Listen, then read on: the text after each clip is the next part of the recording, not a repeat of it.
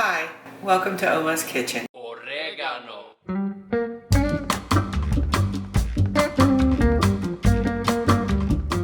My great-grandmother lived until I was in my early 20s, and at every family gathering, you could count on her to bring her famous cinnamon cake. We thought the recipe was lost when she passed away, but then my uncle found a handwritten version of it, and we've been able to recreate the cinnamon cake we all loved when we were young.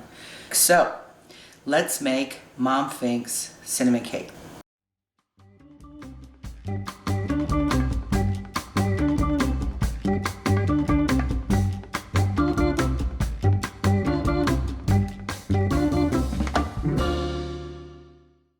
The old-fashioned version had fresh sweet cream from a dairy, I think.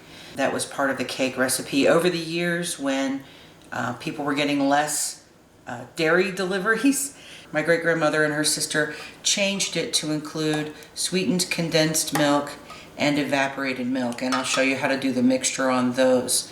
This is a flat cake. It comes out sort of like a coffee cake, so we need a flat cake sheet, about 12 inches by about 16 inches and at least a half an inch deep for this cake, because we're going to smear the batter into the cake pan, and then we're going to put the cinnamon on top. So the cake pan is almost as important as the rest of the ingredients. So we've got all-purpose flour, sugar, baking powder, and salt, 2 eggs, sweetened condensed milk and evaporated milk, Crisco baking powder, melted butter on top, and then cinnamon. When she would make this, her house would fill with the cinnamon smell. Because the cinnamon sits on top of the cake, it's actually almost too strong of a cinnamon smell when it's baking. But when it comes out and cools off, and you sprinkle some powdered sugar over the top, it's beautiful. Here's a little piece of Crisco that I had in the fridge. I need to prepare this pan so that as the cake bakes, it kind of pulls away from the sides. I have freshly washed hands. I always wash my hands before I cook or bake anything. I call it scrubbing in, sort of like a doctor in an operating room. I'm actually going to grab Crisco on my hand, and I'm going to actually push it into the corners of my baking tray. Because you want it to be very thorough, corners are especially where cakes tend to want to hang out. So we want to make sure that all the corners are covered. Okay. Okay, that's handled. Now we have our pan ready to go. I'm going to set it aside. This is why I buy Crisco in sticks, because it makes it very, very easy to measure. And I'm going to measure a half a cup of Crisco right where the half cup measurement arrow is. A sharp knife, cut straight through. And I know that I have a half a cup of Crisco, and I can put it in my bowl.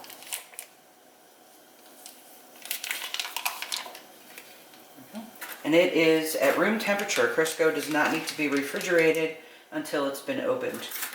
Then you should stick it in the fridge. And I'm going to do 1.5 cups of sugar. There's a half a cup. 1 cup. 1.5 cups. I am not using my stand mixer today. I'm going to cut the Crisco into the sugar until it resembles wet sand. Spread that in a little bit.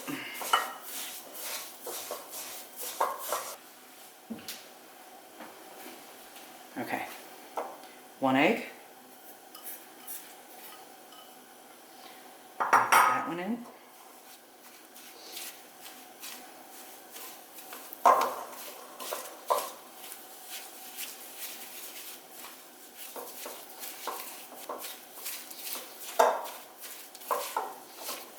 Egg number 2.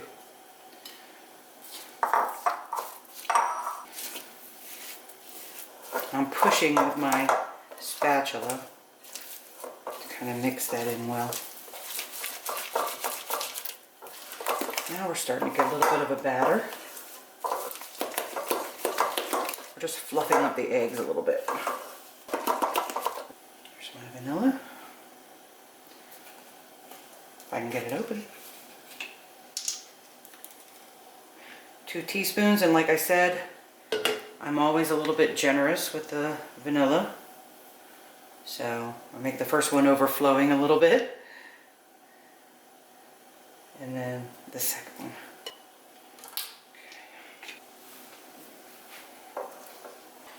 So now we're mixing in the vanilla without splattering all over yourself. Okay. Mixed in quite well. A 2-cup measuring cup with a broken handle that I haven't replaced yet. So even though it's not pretty, I'm going to use it. A cup of sweetened condensed milk in here first, and then I need this can, or half a cup, of evaporated milk, and I need to be able to mix them together before I add them to my batter.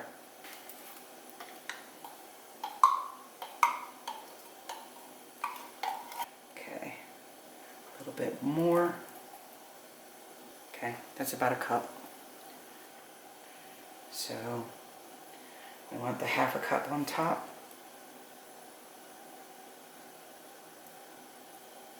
Okay. So that is a cup and a half. Slowly, or you'll splatter it everywhere.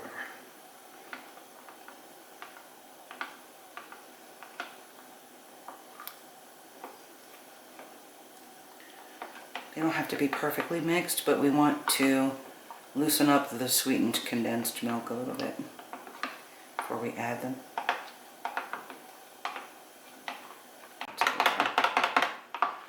So we're going to add this to our sugar mixture.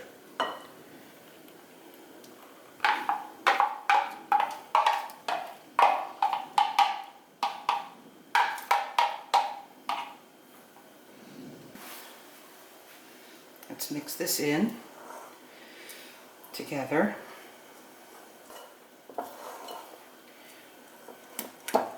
Can you smell it? It smells so good.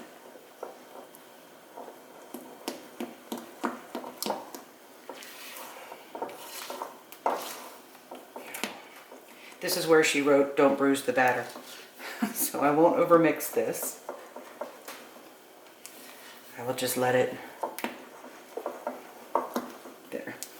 Now what we're going to do is mix together the dry ingredients in a separate bowl before we add them to this batter. So I'm going to set this aside and let it rest a moment.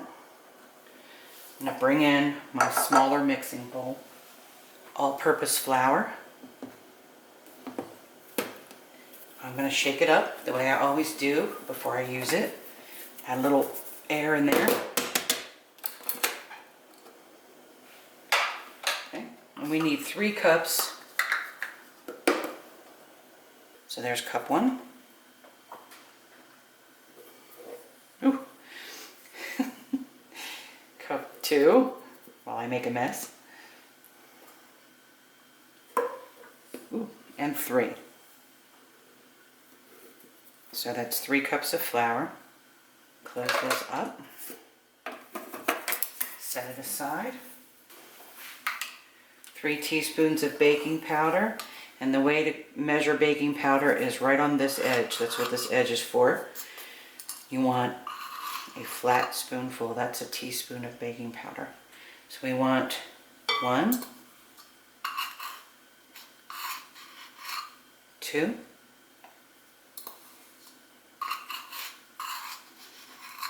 3. We need half a teaspoon of salt.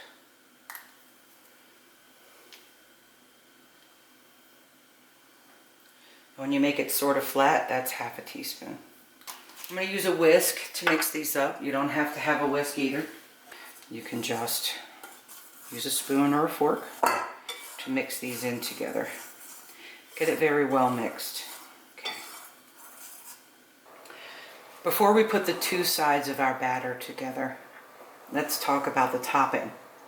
The batter is a vanilla cake batter that we've just made, and we're going to put the dry ingredients with the wet ingredients in a moment. The topping will be a layer of butter that's been melted and a layer of cinnamon and sugar on top of that. The cinnamon is not actually in the cake. I'm going to cut 4 tablespoons of salted butter. You could use unsalted too, I don't really think it matters. We're going to actually use 4 or 5 tablespoons of sugar and 3 tablespoons of cinnamon. This is what produces the really strong cinnamon smell when you're cooking this cake. Let's put 1 tablespoon of sugar in first. Tablespoon or thereabouts of cinnamon, which always wants to stick together when I try to measure it.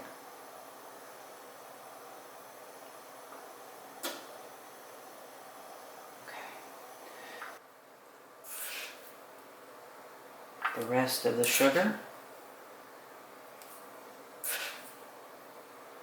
That's 4 tablespoons of sugar. We might end up adding an extra one. We'll see what it looks like once we mix them together. I'm sorry, I need to do this with my left hand. I'm left-handed in case you hadn't noticed. 2.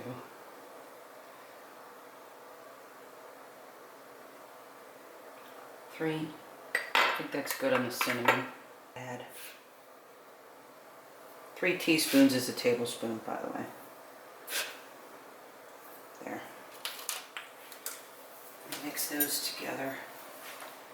See what it looks like. This looks like a lot of cinnamon and sugar, but when you go to spread it out over top of the whole cake, it actually isn't. We might need a little more sugar in there. Yeah, I think I do, actually. A bit more. Okay. What you want is to be able to see the granules of sugar mixed in with the cinnamon. All right, I think we're good. Get it all mixed in together. And we will spoon this over top of the cake once we have the batter in there. So we can put this aside. We will melt the butter in the microwave right before we put it over top of the cake. Let's mix our dry ingredients into our wet ingredients. I'm going to give these one more stir. Now, I'm going to pour in my dry ingredients over top.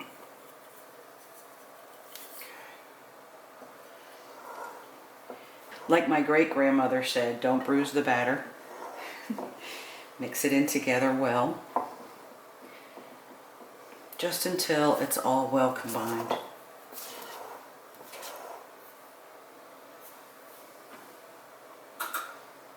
I'll stir in the center a little bit, and then I usually scrape around the sides. Kind of help bring everybody together. This will be a very thick batter, you'll notice, and you'll think, did I forget something? The way it's supposed to be.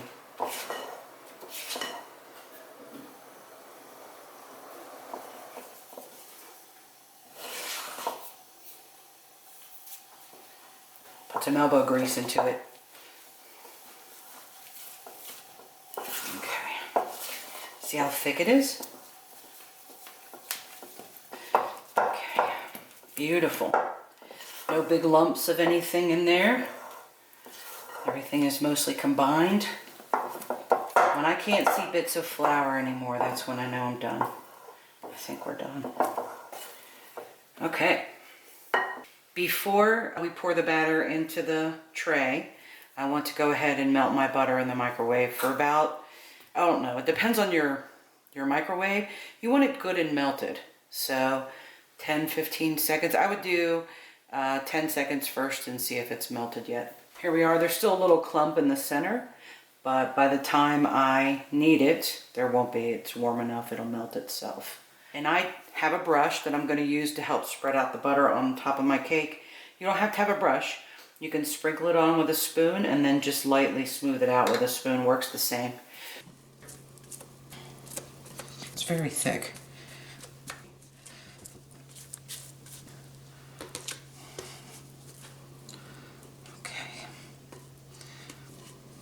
Okay. You can see how thick it is. It doesn't even spread out without some help. And that's what we're going to do. We're going to push it into the corners. And that's good. My grandfather told me that when my great-grandmother would make this cake, he and his brother used to argue over the pieces of it. And the pieces they liked best were where it was a little sunken, because more of the butter would fall into that area, and him and his brother used to argue over those particular pieces, which I think is funny. And I guess the way she spread it out in the pan, there was little crevices where more butter would sink into it. So the cinnamon and sugar mix together with the butter and make a crust, melt into a crust on top of the cake. That provides a very cinnamony smell, and it has a lumpy look when it comes out, which is terrific. This is sort of a coffee cake, so. Okay. I get it as smooth as I can. But like my great-grandmother, there's going to be holes in it. So. There we go. I honestly think she left the holes in there on purpose, because she knew they liked those parts. Beautiful. I'm going to stir the butter with my brush, and I'm going to pour a drizzle of butter across the cake batter.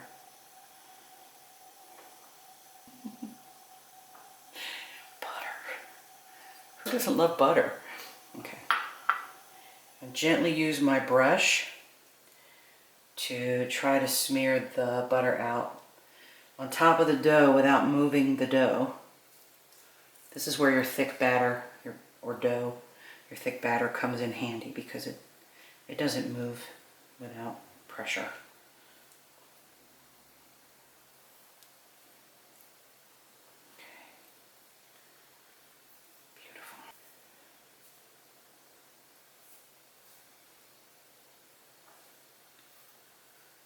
Okay, there's a couple sunken spots for Papa.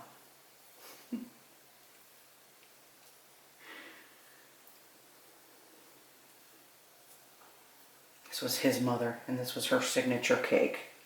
So, all right.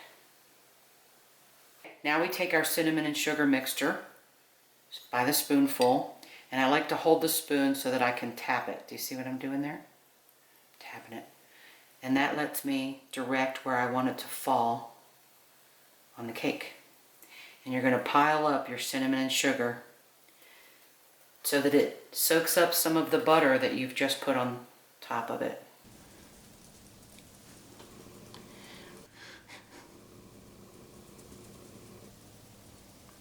Just beautiful piles. Make it sort of look like a desert with sand on it.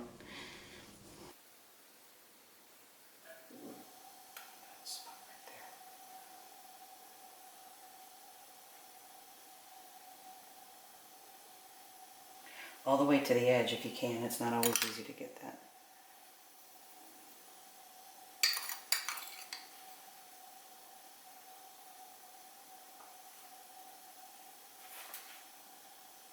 Okay.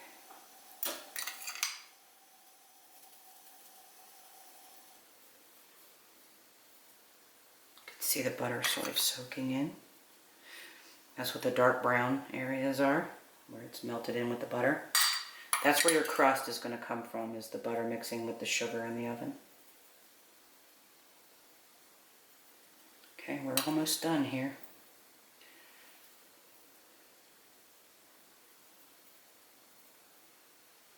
All right. This goes in the oven for 22 to 23 minutes at 375. And here we have it, fresh out of the oven. You will notice little puckered areas and sunken areas. That's perfect, and it has pulled away from the edges a little bit. We're going to let this cool completely. Once it's actually cooled, we'll come back through with some powdered sugar, and we'll sprinkle some powdered sugar over the top. I usually cut it into bars, little square bars, and it's probably enough for 20 people to have a piece of cinnamon cake.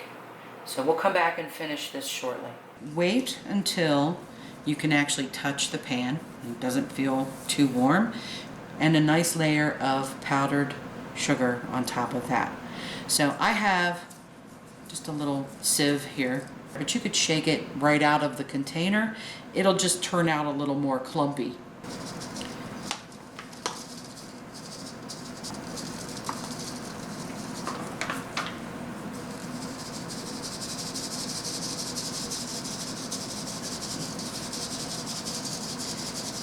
And look at the big mess I've made. It's okay. And then we have a damp, clean paper towel to wipe off the edges.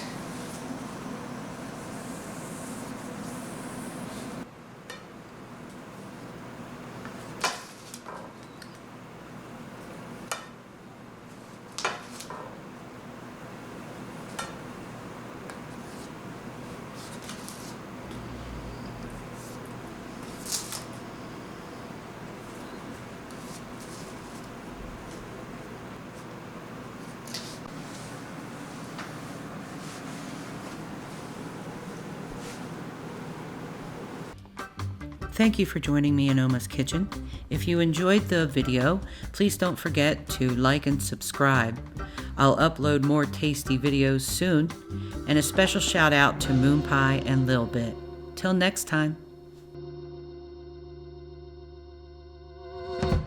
Oregano.